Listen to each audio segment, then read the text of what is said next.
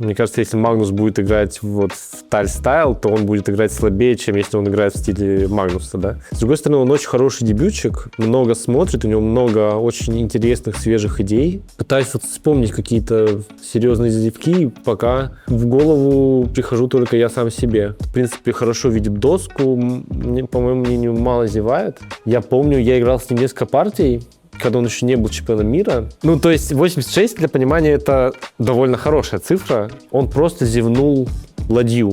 Ну, то есть он зевнул шах, после которого съедается ладья. Всем привет, вы на канале Virtus.pro. С вами Андрей Сипенко. Сегодня у нас необычный формат. Мы соберем карточки шахматистов, как в FIFA. Пишите в комментариях, согласны ли вы с моей оценкой. Погнали. Мне кажется, лучше всего начать с Магнуса Карлсена, потому что он сильнейший шахматист, возможно, в истории шахмат. И его мы сможем, так скажем, сравнивать с остальными игроками. Так, первый параметр у нас – это оценка позиции после дебюта. Ну, наверное, он близок к совершенству в этом параметре. Я бы оценил его, наверное, как 96. Ну, это все, понятное дело, субъективно. Средний перформанс в Миттельшпиле. Ну, Миттельшпиль — это, безусловно, одна из сильнейших сторон Магнуса. Средний перформанс, я даже не знаю, 90, 96, 97. Я не уверен просто, что у него средний перформанс в Миттельшпиле лучше, чем его оценка после дебюта. Поэтому давайте тоже поставим 96. Количество серьезных зевков. По моему ощущению, Магнус практически грубо не зевает. Ну, то есть в какой-то степени все шахматисты зевают, но просто Магнус это делает реже, как мне кажется, остальных. Поэтому я бы оценил 94. Что касается Эндшпиля, тут Магнус, на мой взгляд, тоже сильнейший в мире, как мне кажется, с запасом. Я бы, мне кажется, даже оценил на 97. Чуть-чуть, может быть, лучше, чем средний перформанс Миттельшпиля и оценка позиции после дебюта. Потому что в Эндшпиле он просто невероятен. Может быть, даже 98. Так, жертвы тальстайл. Вот это, на самом деле, особо не про Магнуса. То есть я уверен, что это он может делать неплохо. Ну, что значит неплохо? Он как бы величайший игрок в истории, да? То есть все, что он делает, это как минимум неплохо, да, в основном. Но все же, если сравнивать с этими параметрами, это, мне кажется, его слабейшая сторона именно из этих параметров. И я бы оценил ее 86. Ну, то есть 86, для понимания, это довольно хорошая цифра, если это бы касалось любого другого игрока, мне кажется. Просто я действительно считаю, что Магнус, он вообще не этого стиля игрок, не тальстайл. Мне кажется, если Магнус будет играть вот в тальстайл, то он будет играть слабее, чем если он играет в стиле Магнуса, да. Последний параметр Магнуса — это у нас перформанс в целом за 2025 год и начало 2026 года. По-моему, Магнус выиграл практически все, что в этом году играл. У меня такое ощущение. Я не могу сказать, что он на пике, но он играет просто шикарно. Я думаю, что 97 пусть будет. 97 мы еще не писали. У нас получилось, что по оценке позиции после дебюта я дал Магнусу 96. Средний перформанс в Миттельшпиле 96. Количество серьезных зевков 94. Перформанс в Эндшпиле 98. И жертвы или тальстайл 86. Перформанс в целом за 2025 год и начало 2026 97. Средний перформанс по этим параметрам у Магнуса получился 95. Накамура. Так, это уже интересно. Оценка позиции после дебюта у Накамуры. Это сложнее. С Магнусом было гораздо проще в том плане, что можно всегда называть цифру близкую к 100, но у Хикару все-таки больше слабых сторон. Но относится ли оценка позиции после дебюта к ним?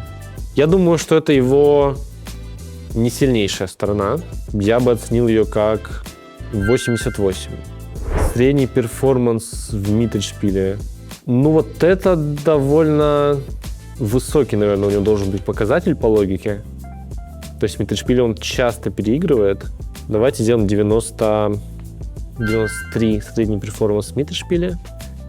Количество серьезных зевков. Кстати, возможно, это одна из сильнейших его сторон.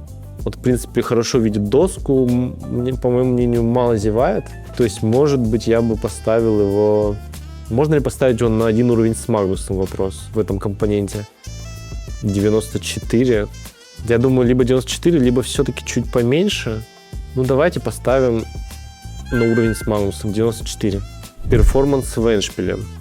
В Эндшпиле он довольно неплох, но, конечно, там, до Магнуса очень далеко. В Эндшпиле, не знаю, 89, 90, 89.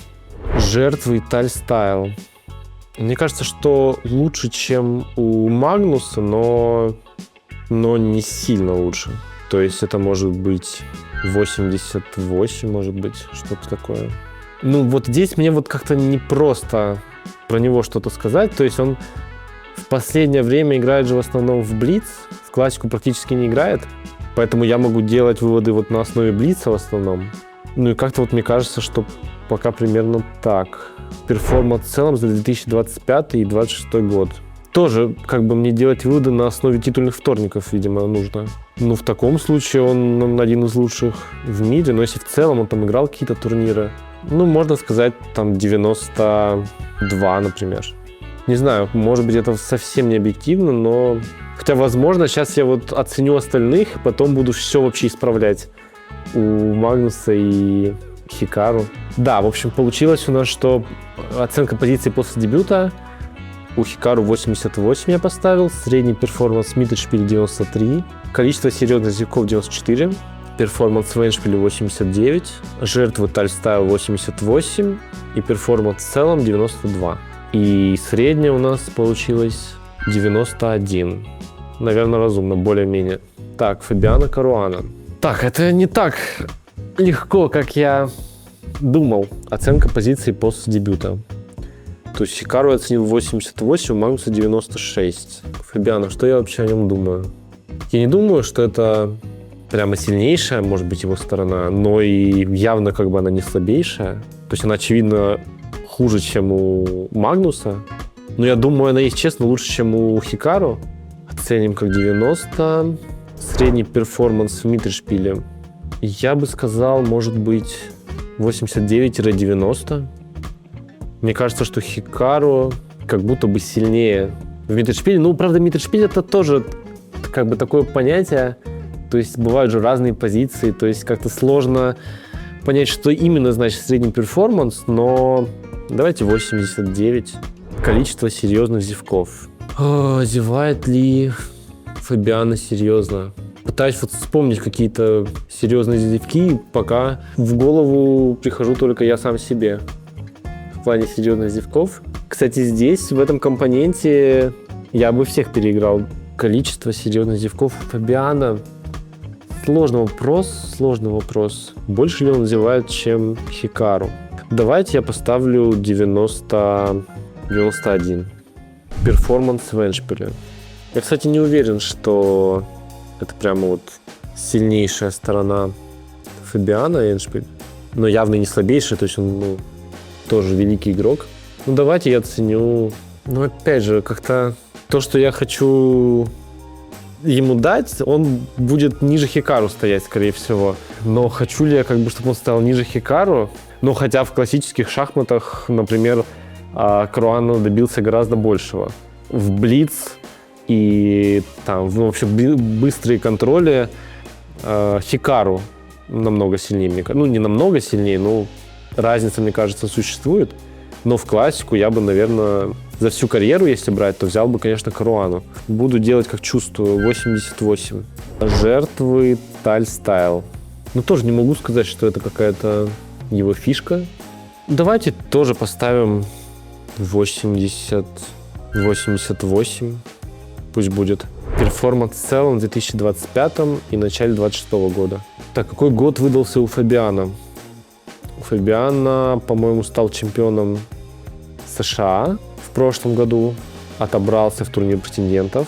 То есть, например, Хикару, он, отобрался, так, у него там была история с отбором очень интересная. То есть Хикару отобрался по рейтингу. Фабиано все-таки работал очень много. Я бы оценил его год. Мне кажется, у него был классный год. Давайте скажем, я думаю, что год лучше, чем у Хикару. Я бы сказал 94 или 95. 94 пусть будет. Посчитаем, что получилось в общем. Оценка позиций после дебюта Каруана 90. Средний перформанс в Миттельшпиле 89.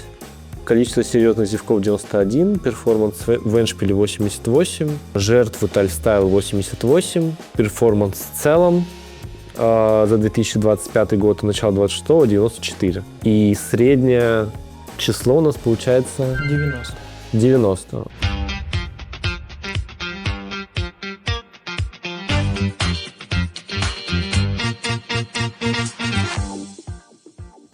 Так, следующий у нас по списку идет Дамараджу Гукеш. Если честно, я не знаю, как его оценивать. Для меня это... у него очень сильно зависит от формы. Если брать его Prime, тут везде можно записать большую цифру, достаточно большую. Очень большие перепады, так скажем. 75 до 95 в этом районе. Давайте попробую, оценить, по моему мнению. Он все равно топовый игрок. Так, оценка позиции после дебюта. Я, кстати, не уверен, что это его сильная сторона. Я бы сказал, если у Фабиана и Накамуры... Кстати, я сейчас смотрю, я бы Хикару, возможно, дал бы оценку позиции после дебюта еще меньше, чем 88. Как будто бы это я еще много дал. Ладно, оставим так. А Гукешу дадим... Сложно. Давайте 80... Пусть будет 83. Средний перформанс в Миттельшпиле это у нас будет.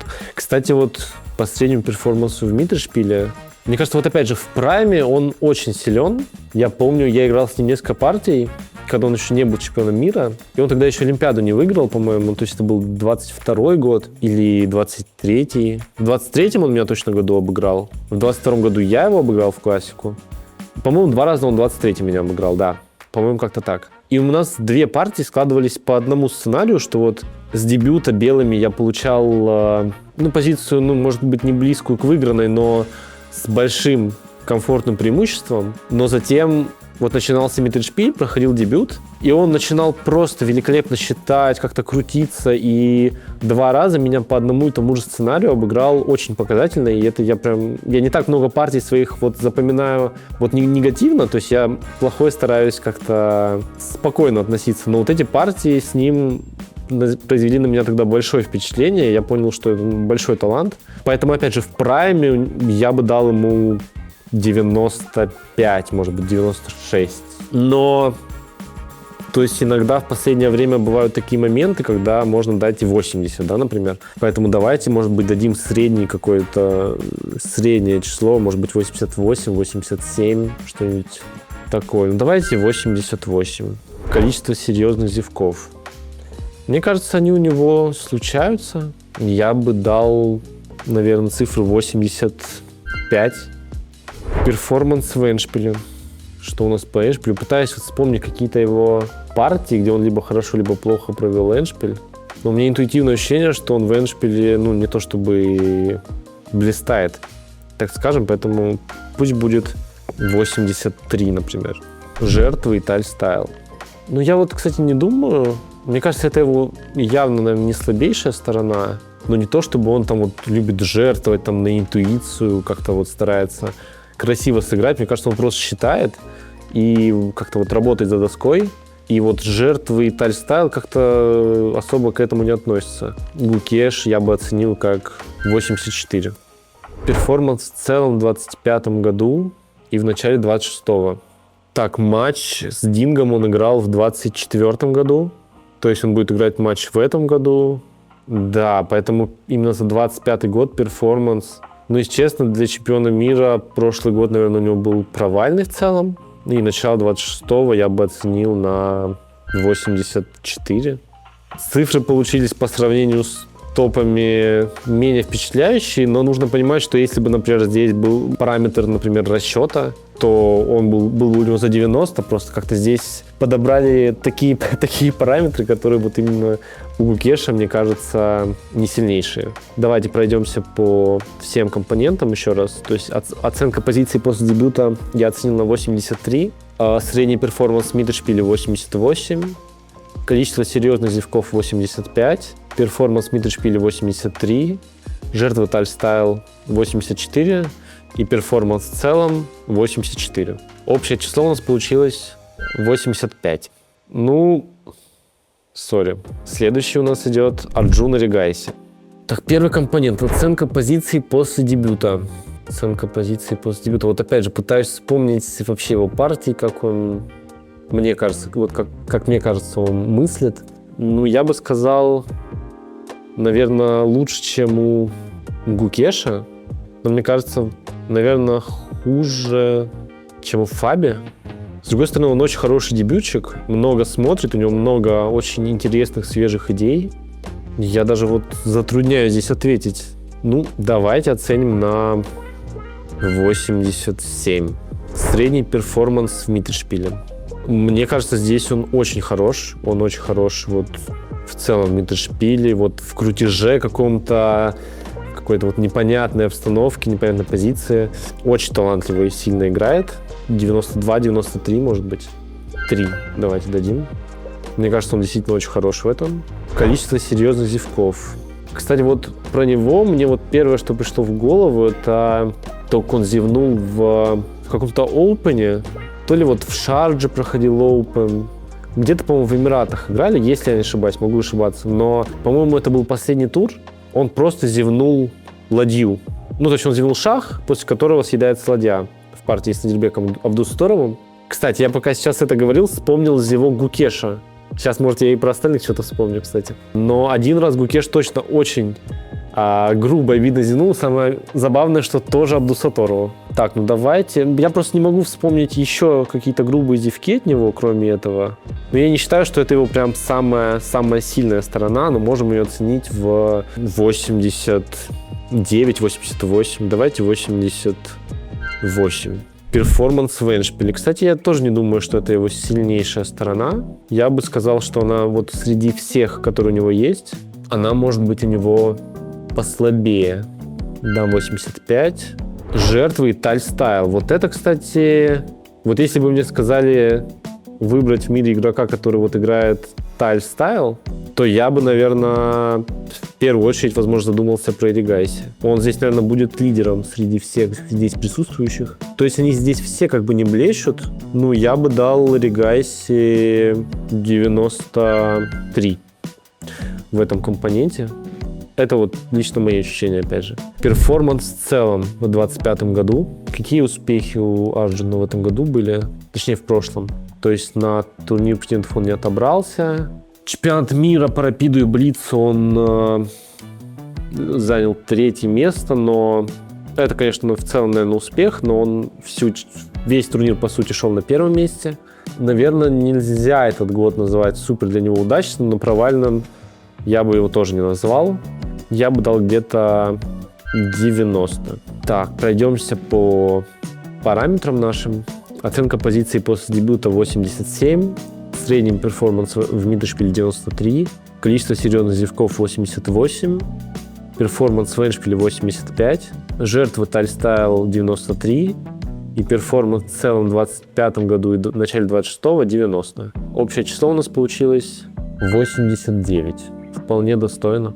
Наверное, можно было что-то здесь поменять, но глобально, мне кажется, более-менее разумно получилось. Таким образом, у нас на первом месте Магнус Карлсен с оценкой 95, на втором месте Хикару Накамура с оценкой 91, на третьем месте Фабиано Каруана с оценкой 90, четвертое место у нас занял Арджуна Ригайси с рейтингом 89, и последнее место у Гукеша с общим рейтингом 85. Вот такой получилась подборка наших карточек. Пишите, с чем вы не согласны, с чем согласны. Может быть, вы расставили бы как-то игроков в другом порядке. Подписывайтесь на канал Virtus.pro, ставьте лайки. Всем пока.